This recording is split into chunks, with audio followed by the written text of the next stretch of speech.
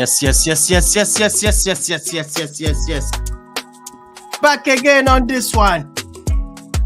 Oh my goodness, it's gonna be loud tomorrow on Sunday. Beg your pardon.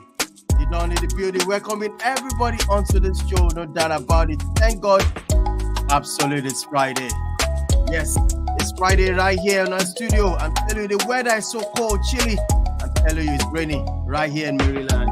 You know what I mean? Please, people, smash the like on the video. Let's get this thing starting. Tell you, Illuminator in the building, Jefferson in the building, Mark also in the building all the way from Canada, you know what I mean? Also, the ever blessing. We are here to talk about this game coming up on Sunday. Illuminator, what's going on, bro? You ready? He's ready. All right, this is One ISTV, Intercontinental Sport TV.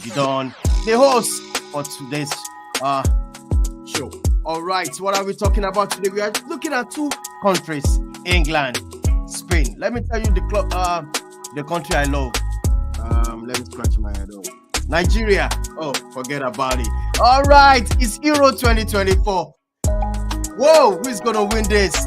Let me first make my prediction right here, right now. Let me tell you, Spain is gonna win this game. 3-0. Watch out! The Don is speaking. Jeffers, why are you laughing? You're welcome to the show, Jeffers. You're live. Hi there. I said 3-0. And I kept quiet because I didn't want to say anything. I think let's see how the analysis goes, and I will tell you my prediction after the whole show, basically. All right, I'll tell you my prediction at the end of the show. All right, Jeffers in the building. Smash the like on the video for him. Illuminator is coming. And also, Mark, are you ready for me? Mark, you're welcome to the show. I said 3-0. Do you agree with me or no? I definitely do not agree. Even though I want a Spanish win, I don't think it's going to be a roller coaster ride for them. I think England is going to put up some strong fight, especially because they are now playing back-to-back final. So it's going to be tough. All right, let me welcome this man, Ever Blessing. Can you hear me loud and clear? You're on the show tonight. Ever Blessing joining us tonight. Ever, I said 3-0. Do you agree with me? Hell no, yes. I don't agree. I don't agree to be a 3-0 bashing in the final, not because of anything, but because of what's at stake here. England are back-to-back finalists, and the Spaniards, their very first final since the 2010 World Cup, so the 2012 Euros, pardon me. So it would be very, very nail-biting, and I don't see any a potential 3-0 bash. I don't believe, basically. All right, just watch out. This man is going to agree with me. Let me bring it on the show. Illuminator is going to say 4-0. Let me ask him. Illuminator, you are live. I said 3-0. I said you're the only person that will agree with me. 3-0. Am I right? Wrong? Yes? No? You're live. Can you hear me? Maybe I should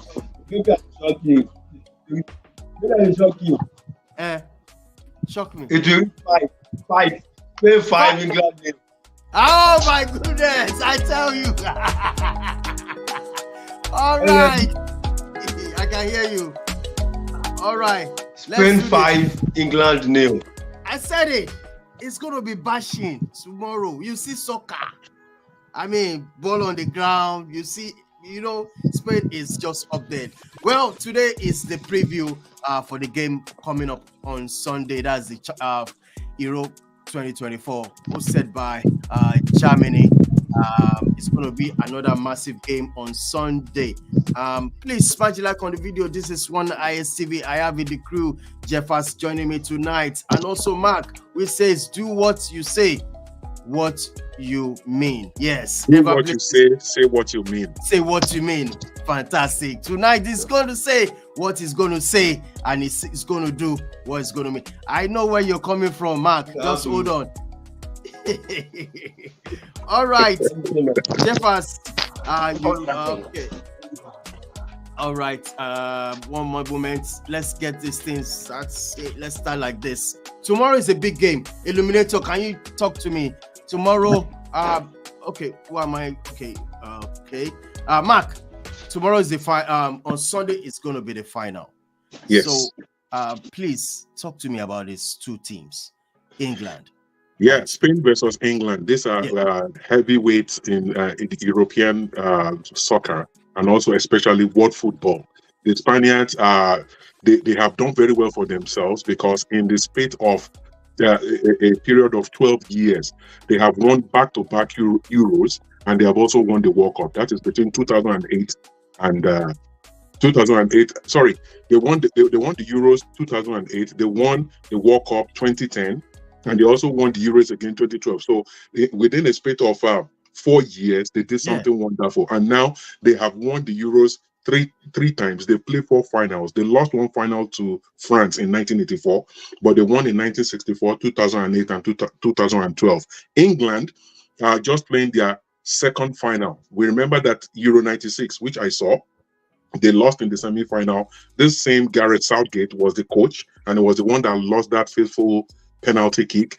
Now he has taken them to Euro 2020, the last edition. They were finalists. They lost to England, who have now lost out, and there's going to be a new champion, and England are in the final again. So England are going to fancy their chances. They'll be thinking, guys, if we don't nick it this time, we may probably not play another final in a couple of years, because all the small teams are now becoming better. They are getting better. They are no longer claiming that minor status. And so football is becoming keener in competition. And so they will want to do their best to make sure that they surprise Spain, even though Spain are the overwhelming favorites. I see people saying that they'll win 5-0. I don't know where that high optimism is coming from, but of course, everybody is entitled to their opinion. But I think that it's going to be a close contest. And if England score first, the longer the game goes, the longer it progresses, the more they will begin to fancy their chances that they have done it this time. And that will be too bad for Spain, because they have the arsenal, they have the firepower to beat any team any day, but they are going to have to work for it. All right, Illuminator joining us tonight, looking at this game, England-Spain. What are you looking at? What do you want from this game on Sunday? You have to unmute your mic so I can hear you. Illuminator, can you hear me loud and clear? Yeah, I can hear you. Let me unmute my mic. All right, I can hear you now. Yeah, I can hear. Yeah, I can hear you. Me? Yeah. Yeah. Of course, I want a proper final, a proper football final, and these two teams, England and Spain, of course, Spain has played the best football at the Euros, super football, beautiful football. They've been the best team so far, but there's always a taking that says the best team most times doesn't win the trophy. But Spain has been the final. They've won all their 6 games. For the records, Spain are on 12 games win in competitive matches. 12 competitive matches won on the road. And of course, they became the first team to win 6 games, 6 games at the Euros. And they're going to be the 7th one, 7th game in the 7th month. That's perfection. Yeah. So can they perfect it on Sunday? That's a big one. For the English, they have found themselves in the final, 1 good and 4 good to the semi-final. They played arguably their best game in the semis against the Dutch national team. That's the first time I will see England, impressing me. They all be tempo, spring passes, created, loads of shot on goals, especially in the first half. And that shows that they are ready. Sophie Fodi eventually clicking, So, on Sunday, I'm expecting, like I said, a proper final. It's how do I put Spain now? A beautiful football against a team that is conservative in England. They can be conservative on their day, especially when they are playing against Spain. I don't expect them to come all out against the Spanish team, because they'll be shooting themselves on the foot doing that. So, we're on a proper final on Sunday. Huge game right there. Huge game right there. Jeffers, you may mention about this game tomorrow. You said about England. They've not played so well, but that doesn't mean they can't win this final. Is that not what you said here, Jeffers? Unmute your mic.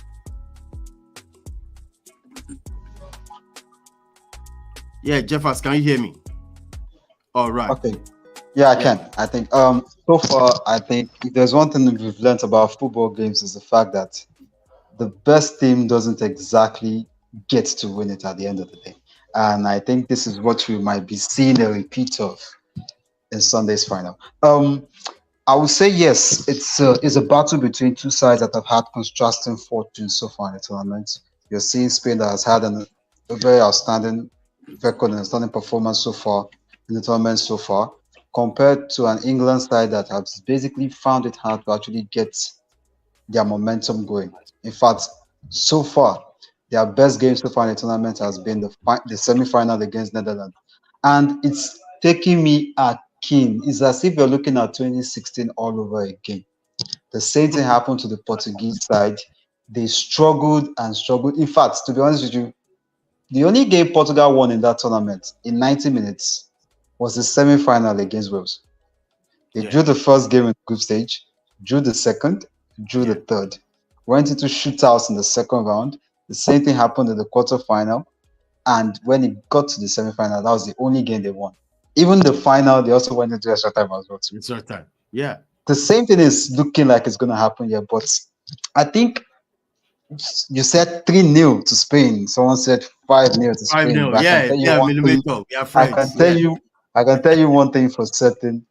It's not going to be business as usual on Sunday because I am looking at an English side that has given everything over the course of 8 years to be where they are today. They are going into that game with just one thing at the back of their mind.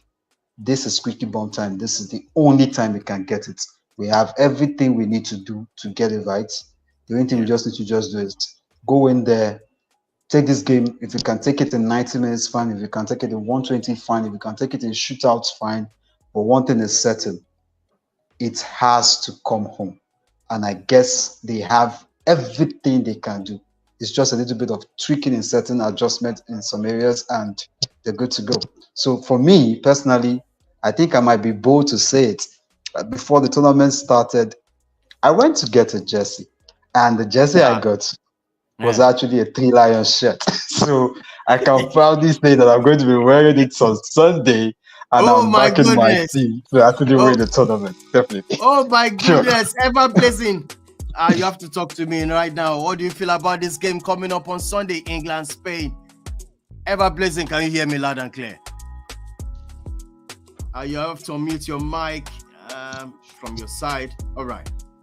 Yes, talk to me about this game. I just want to hear you about this game coming up on Sunday, Euro finals. Which team are you going to support, Spain or England? I'll be supporting Spain for obvious reasons. I love English football a whole lot, but I am not a fan of the hype of the over-bloated ego, if I can say something.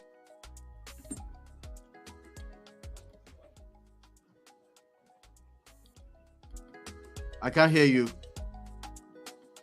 You're breaking from your side. Jeffers, can you hear him? I can't actually. I think the network is. I think it's the network. Yeah. Okay, can you hear me now? Yeah, I can hear you it's now. Better now. We're back on now.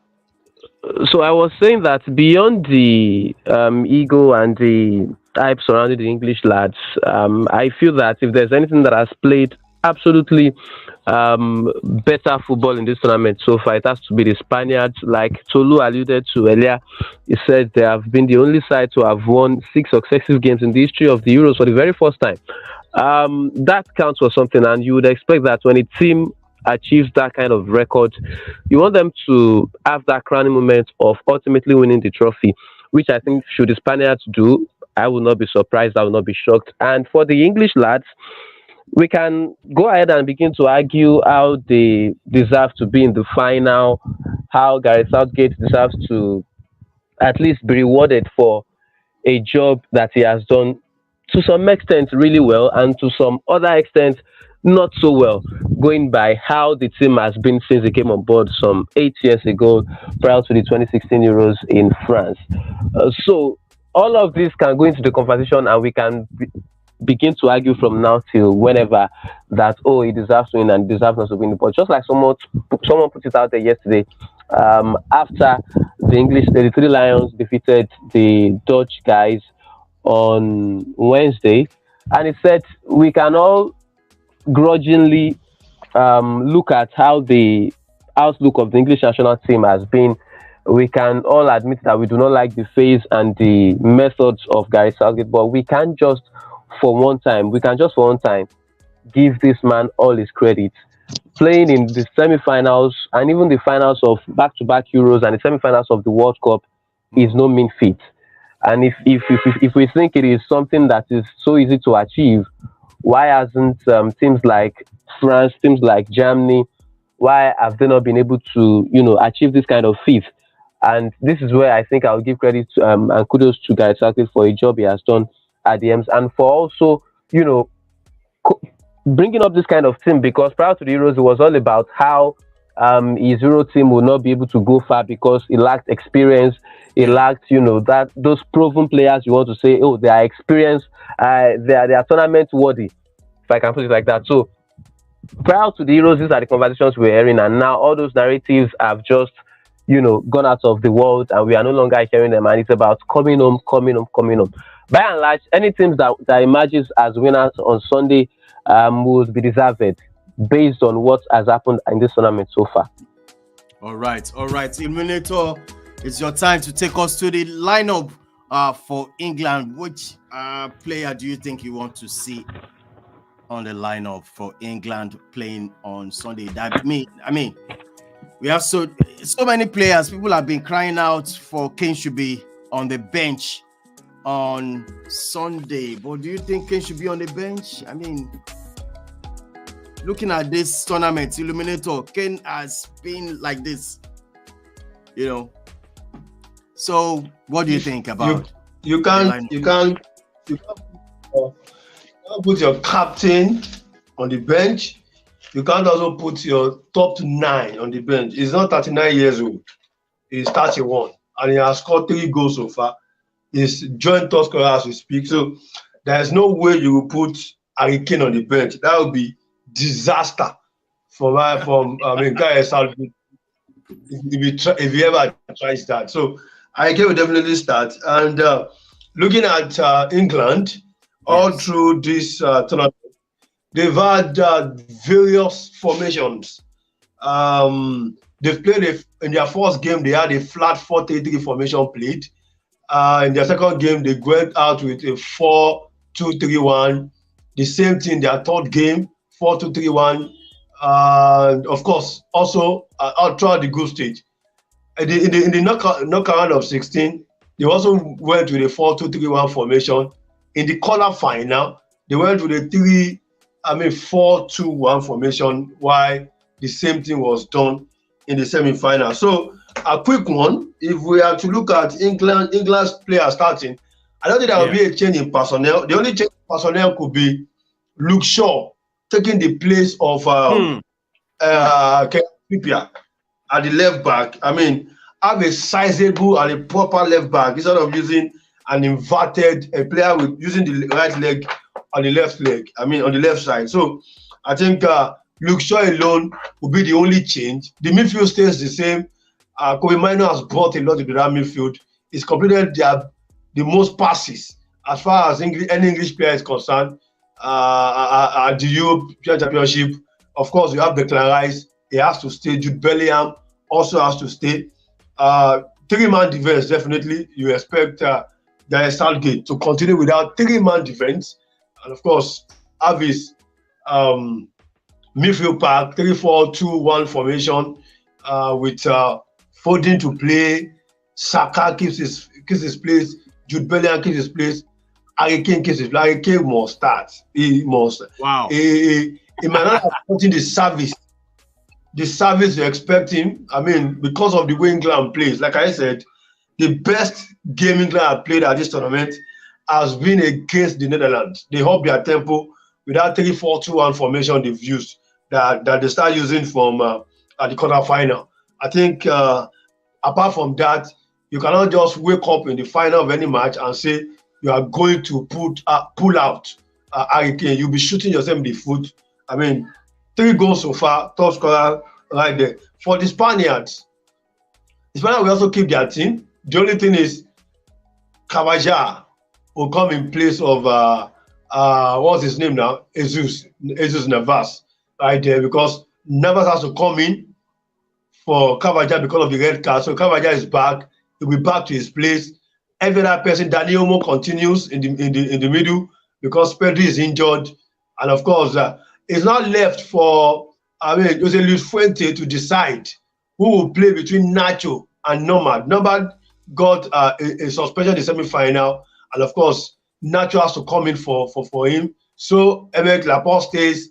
Who comes in between Nomad and Nacho? Is it the Real Madrid defender, or Nomad comes back because Nomad is the first central defender partnering Laporte? So I expect Nomad to also come back. So we'll be having Simon, Simon in goal. Expect Cavaja to be there at the Royal Park.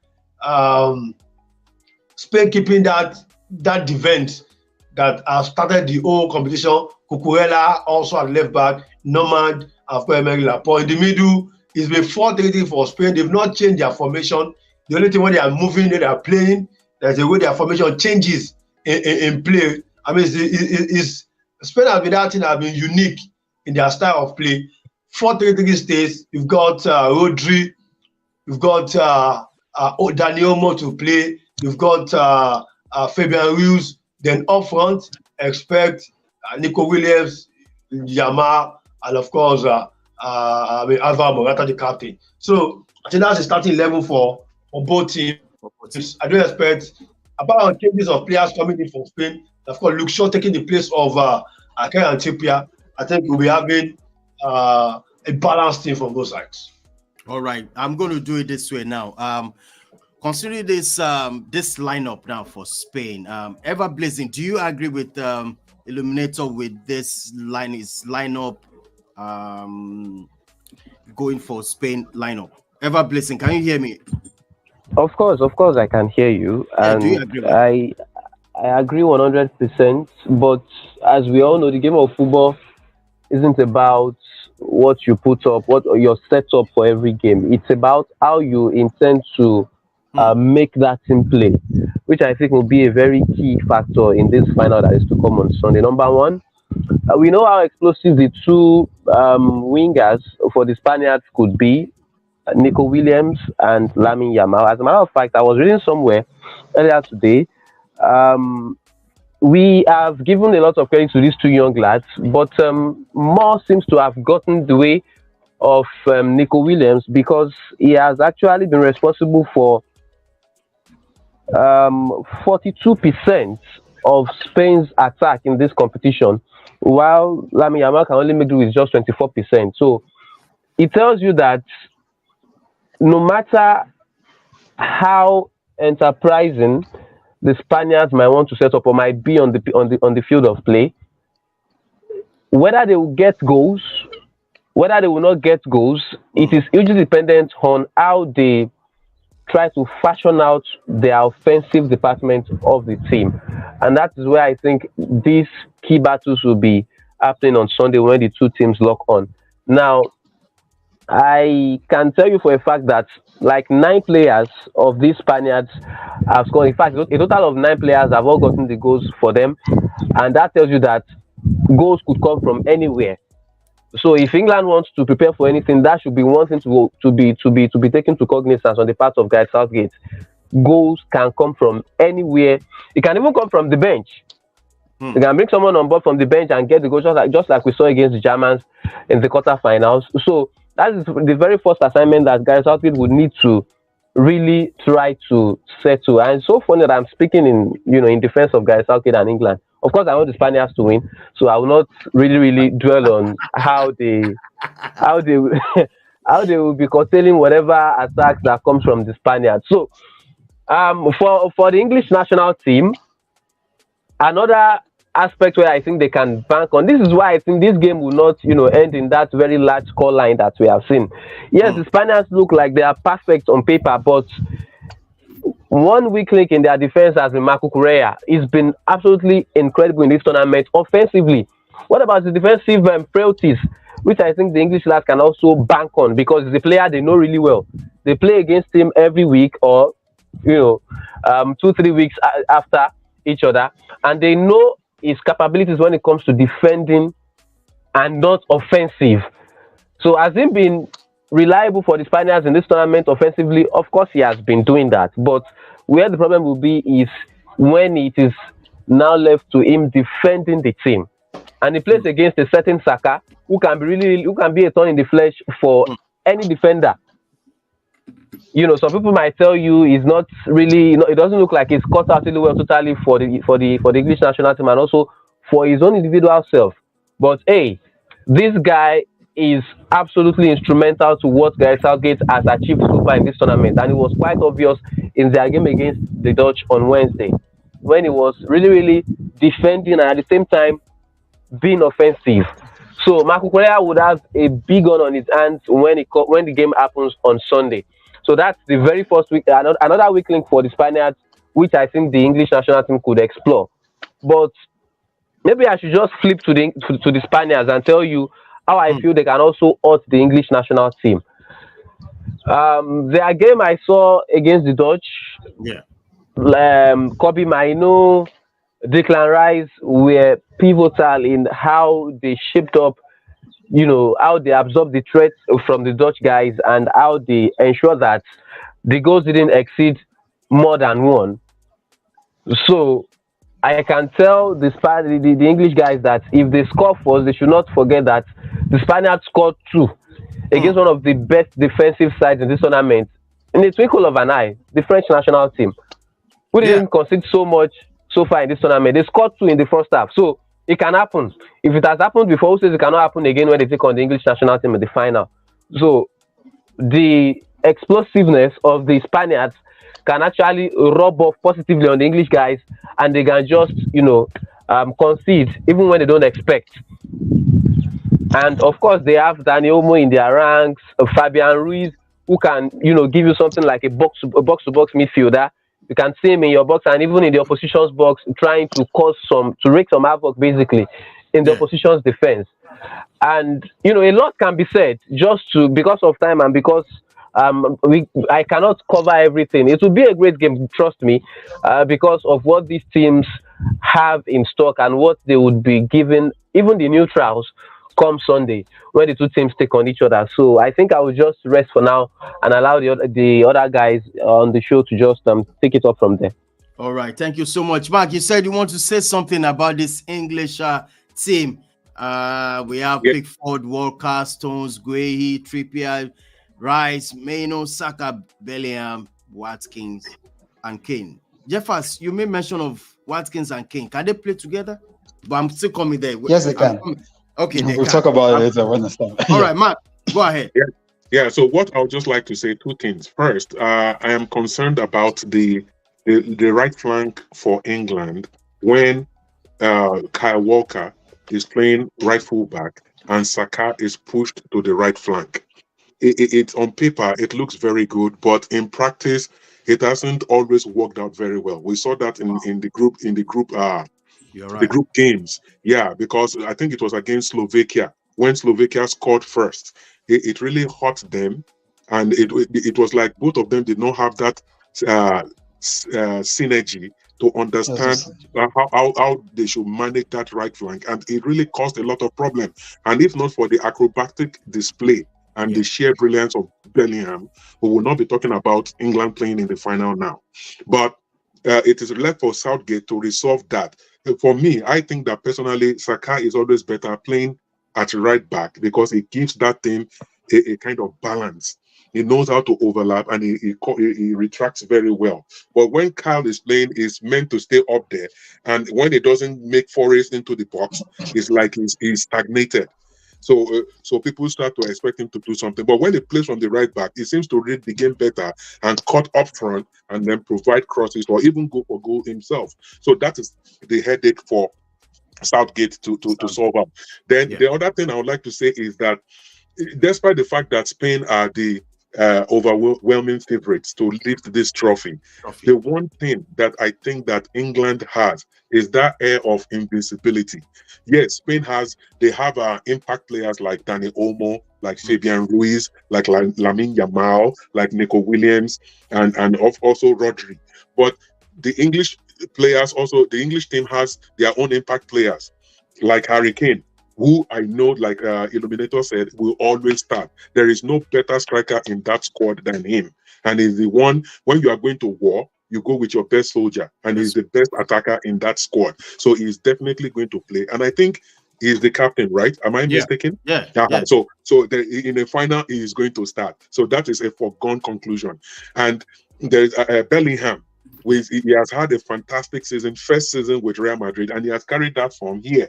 He is one of the reasons why they are playing this final. So they have that. So although Spain are the better team on paper, England has that air of that surprise of not knowing where the goals can come from. It can come from anywhere. And if they score first, especially if it was 0-0 into the second half and they score first, then Spain will really have their backs against the wall. How you know big teams, great teams, is how they react when they are down, especially at a critical point in the match. And we would love to see that on Sunday. But if England score first, especially in the second half, and Spain has no goal, then it's going to be very difficult, because the English guys can just afford to close up shop and waste time, and then they are home and dry. So that's what I would like to say. All right. Jeffers, I'm coming to you right now. You may mention in your starting 11 for England. Why Watkins and Kane? Can they play together? What formation is that? Tell me something. Yeah, they can. I think this game, for me so far, I think England has been able to been fluid with their formation. So you don't specifically have one person you might say handles a particular position. But I think for this game, why I went to the 4-4-2 formation is because of this. This is a game where England needs to convert their chances. They need to convert their chances. It's as simple as that. The reason why I went to that formation is because of the fact that the Spanish side, no matter how fantastic they've been in this tournament, they have a very weak link, and that is in the defense line. You can go in through Cucurella, you can go in through Lenormand, you can go in through who pairs with him in the central defense there. You can go in through any of the two of them in central defense. Once you can beat that midfield line, once you go beyond Rodri, the coast is clear, to be honest with you. And I think this is one game that a lot of people are actually thinking Spain are actually going to get it through. But there's one aspect that I think we need to look at critically, and that's the fact that is in the midfield. Rodri has been described basically as the best defensive midfielder in the modern age. Definitely. You can't take it away from him. His performances have been top-notch. His ability is second to none.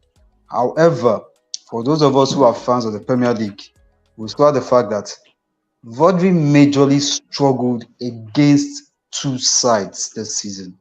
One of them was against Manchester United in the FA Cup final. The other one was against Arsenal in the Premier League. And these two sides have one player each that seems to know how to handle and operate their midfield. Arsenal has Declan Rice. United has Kobe Mainoo. Now you're having a case whereby you're facing both of these players in the midfield. It's going to be difficult for Rodri.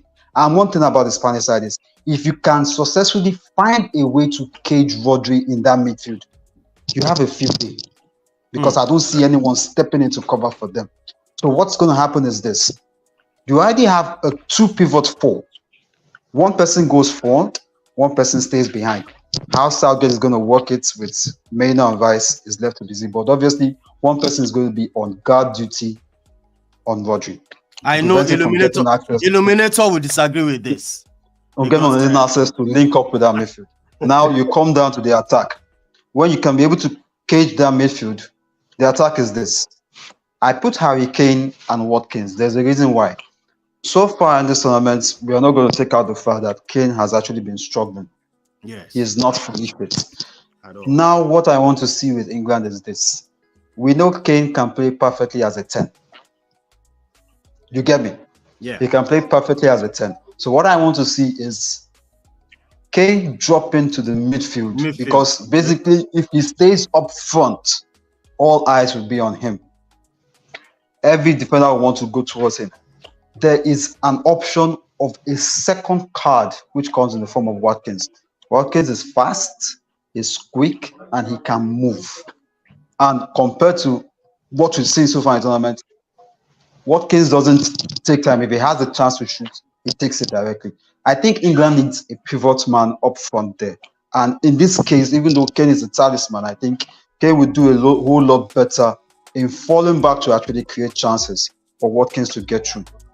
That's what I see. That's why I went to the 4-4-2 formation. Because basically, the game is going to be won. The game is going to be won and lost right in the midfield there. If England can successfully handle that midfield, they've won the game. But if they do not allow the Spanish side to actually get a way to dominate midfield, because we know one thing in Spanish football is this: they play possessive football. Once they get the ball, it's a tiki-taka pattern. They let the ball go and they keep on holding possession. If you can find a way to prevent them from getting those passes through to where they are meant to be, I think England will actually make this one. All right, Ever Blessing, I'm coming to you now. In this game on Sunday, the midfield battle, Jeff has made mention of one critical point about Rodri, which is that guy is, I can't explain him, he's too good. It's a good defensive midfielder.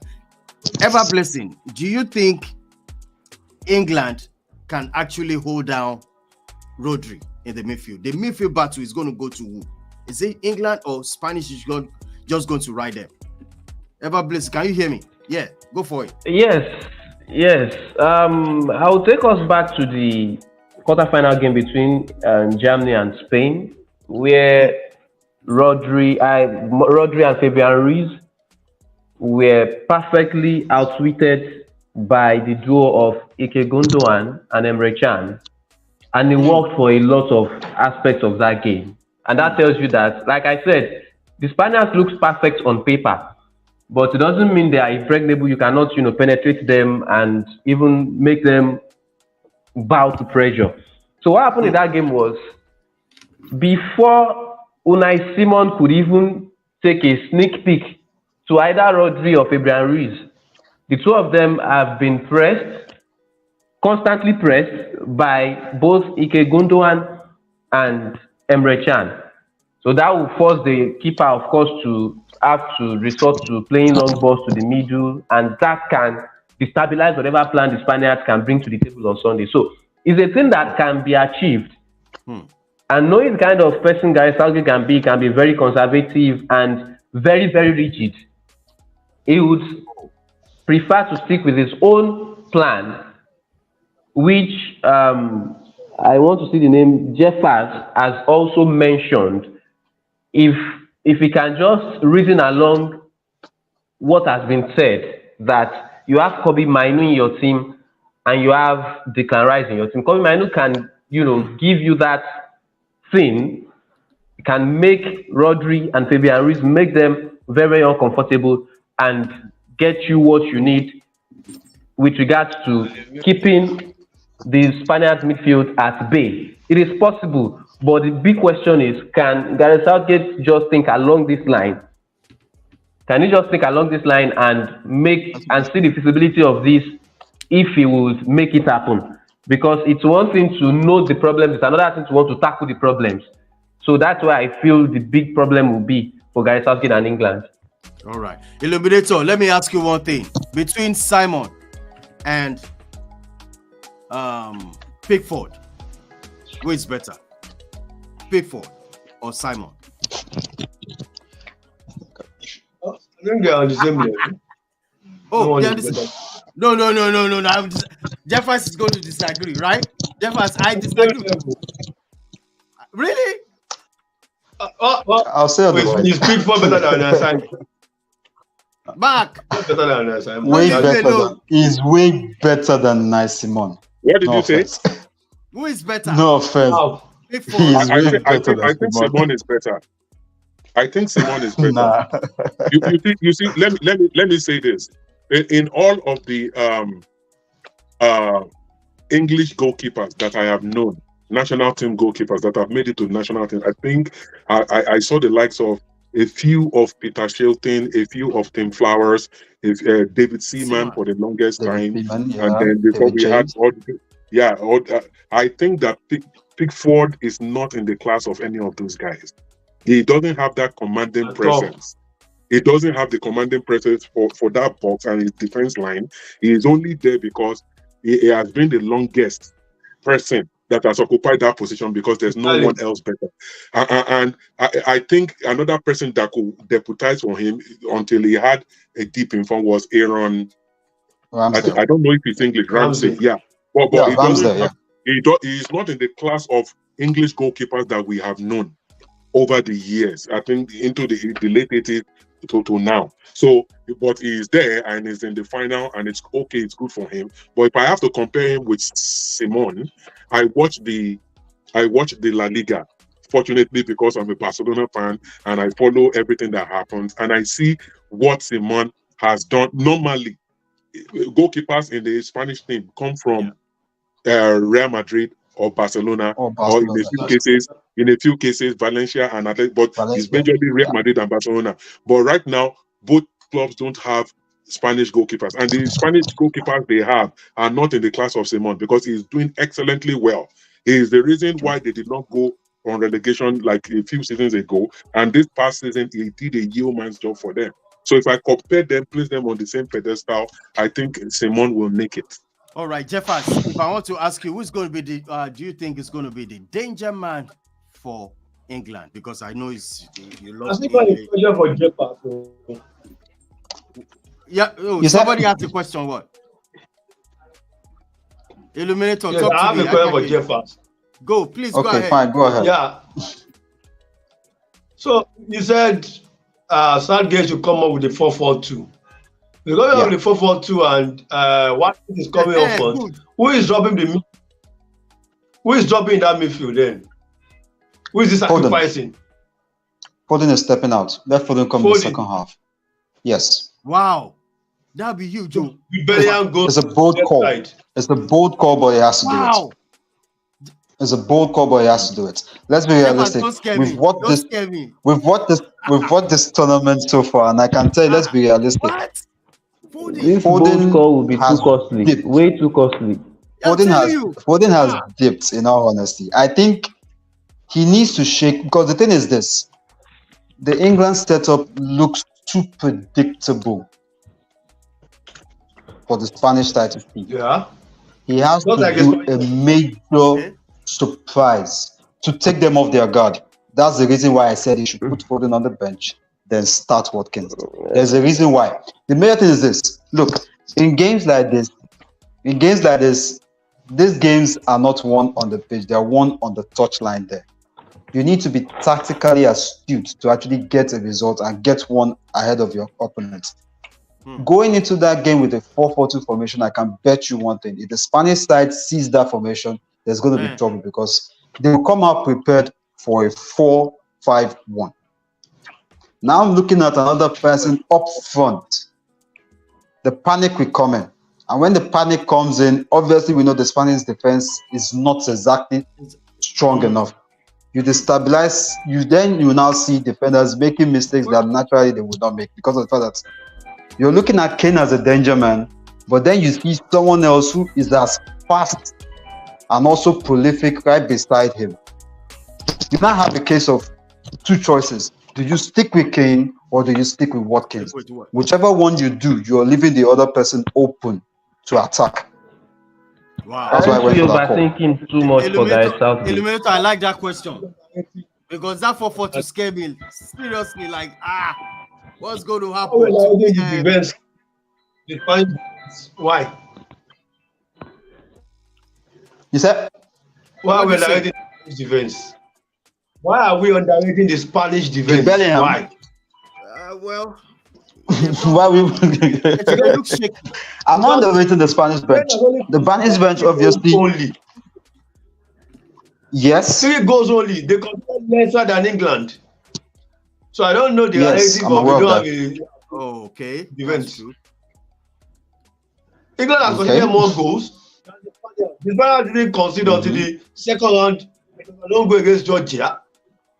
Consider one against Germany, and of course one against in the semi-final against France.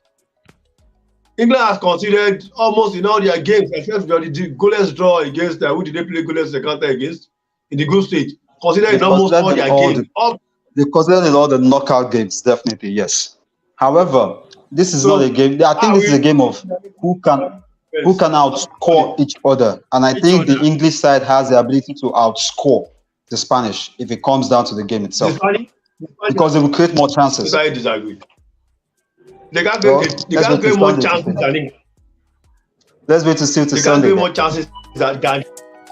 Oh my Jeffers, this Sunday is going to be loud. I tell you, it's going to be loud. I tell you. Let's go straight before we wrap up the show because of our time. Final prediction. I'm going to start with you, Illuminator. You said 5-0. Why did you say 5-0? Prediction. Are you still sticking with 5-0? Because you are coming back on Monday. 5-0 is just a joke. Actually, it's just a joke. All right. What's your prediction? I expect the Spaniards to win, and if not for dark, my place is dark already. Gide and Jeffers are talking about Rodri being the man. Rodri has not been the man who have done the job for Spain. Point of correction. Their main man has been Fabian Ruiz. He has been the man who has been dictating pace. He was doing exactly what Xavi Hernandez was doing during those eras. He's now the highest progressive pass. The highest progressive pass for 90 minutes in that Spanish team. He has 41 midfield line breaking passes in that Spanish midfield. Of course. Yeah, Fabian Ruiz. He's got 2 goals, 2 assists, and of course, he's got 2.2 completed dribbles of all midfielders right there. So he's been the main man in the middle. If you are going to stop Spain, we are stopping Fabian Ruiz. You don't need, nobody has nothing to do here. So the main man there is Fabian Ruiz connecting with that attack. And the way Spain plays, England goes wide. England, they goes wide. In the wide areas, you are less dangerous. Spain attack the tight spaces, the out spaces, and the center. That is the reason when they're going to make cross, they don't make cross all the time like England. They play the ball to the foot and goes direct, attacking the out spaces and the center. That is where their ball is. So if England is going to stop Spain at all, it means that midfield of England, we must stop number 1 Fabian Ruiz from operating. When Lamine Yamal is dribbling, he's not dribbling to the flanks. He's dribbling inside to the out spaces and the center. The same thing, Nico Williams. They don't dribble wide. The likes of Foden, the likes of Saka, they dribble wide. And they are less dangerous. That is why you see more crosses from the English national team. And this Spain is going to cross at all. They don't just cross, they make sure that it's at the right time. England can throw in crosses anytime they like. The Spanish throws in crosses at the right time. At the right time they did, almost Merino scored against Germany. At the right time they did, Fabian Ruiz scored against Georgia. So how England will come into the middle and attack the half space without crosses, what can they do that? Spain will possess England, that is sure. But England will need to be rigid. To beat Spain, we're going to be very, very hard, even if they score first. But I can tell you, if Spain scores against England first, it will be up to 3-0. Because they will pattern them. All right, Jeffers, because of my time, I got to go now. Jeffers, your prediction, talk to me. I'm on Monday. I think viewers. All right. Prediction. I think I'm going to just call this one. I think I'm just going to point out one thing. And one thing I'll point out is this. We looked at the quarterfinal game between Spain and Germany, and there was one thing I noticed. At the point whereby the Spanish coach Leda Fuente took out Nico Williams and Lamine Yamal in that game, it's as if the game ended, because at that point, Spain stopped giving anything attack-wide. They were overwhelmed by the Germans. So I think this is it. If a repeat of that happens on Sunday, England will blow them out of the water. I'm very, very certain of that. But I'm going to go straight. I'm going to put my neck on the line here. I'm going to go for a 2-1. I'm going to go for a 2-1. to England actually. I think they will win this one. Yeah. Who are the hero? It's 2-1. I want to say big thank you for joining us on this one. What about me? Bro? What love, man. I'm coming. Yes. Thanks, Jeff. Thanks for joining us. All right. Now, Illuminator, I want to say big shout out to you. Thank you so much for this compilation of this show. Thank you. Illuminator, one love, bro. All right. Ever blessing. Put your leg on the ground. Let them see what you are going to predict. Talk to me. Ever blessing, what's your top prediction for this game on Sunday? Can you hear me? What's your prediction? I can't hear you. I think 1-0 in favor of Spain. Oh my goodness, 1-0. 1-0 to Spain. Thank you so much. Ever blessing, one love. I appreciate you. Thank you so much. We meet on Monday. Bye for now. Ever blessing. Now moving on to this great man all the way from Canada. Talk to me, Mark. What's your score prediction? Whatever you say, I want to believe it. Okay, so this is the thing. I am having this nagging. No! Wait. I'm having this nagging Bogo feeling that England might actually claim it, even though Spain are the favorites to win this trophy. So something is telling me they can, this could be their time to win it, even though they are not so deserving. But if I have to stick out my neck, I'll say Spain will win by a 1-goal margin, after either 1-0 or 2-1. That's my prediction. All right. Thank you so much, Mark, for joining us on this one. You're welcome. All right. People, smash the like on the video. Drop your comments. What do you think is going to carry the day? Who's going to lift this trophy? I'm talking about EURO2024. I'm ready. For me, as I said, Spain is taking this. Write it down. It's going to be 2-0. 2-0 Spain. I'm putting my leg on the ground. Tonight, it's going to be a massive game on Sunday. We could be doing a watch along for that game. So please, smash the like on the video. Stay tuned on Sunday when this match is going to start. So on this note, I want to say big shout out to everybody. Subscribe to the channel and also share this video. Bye for now.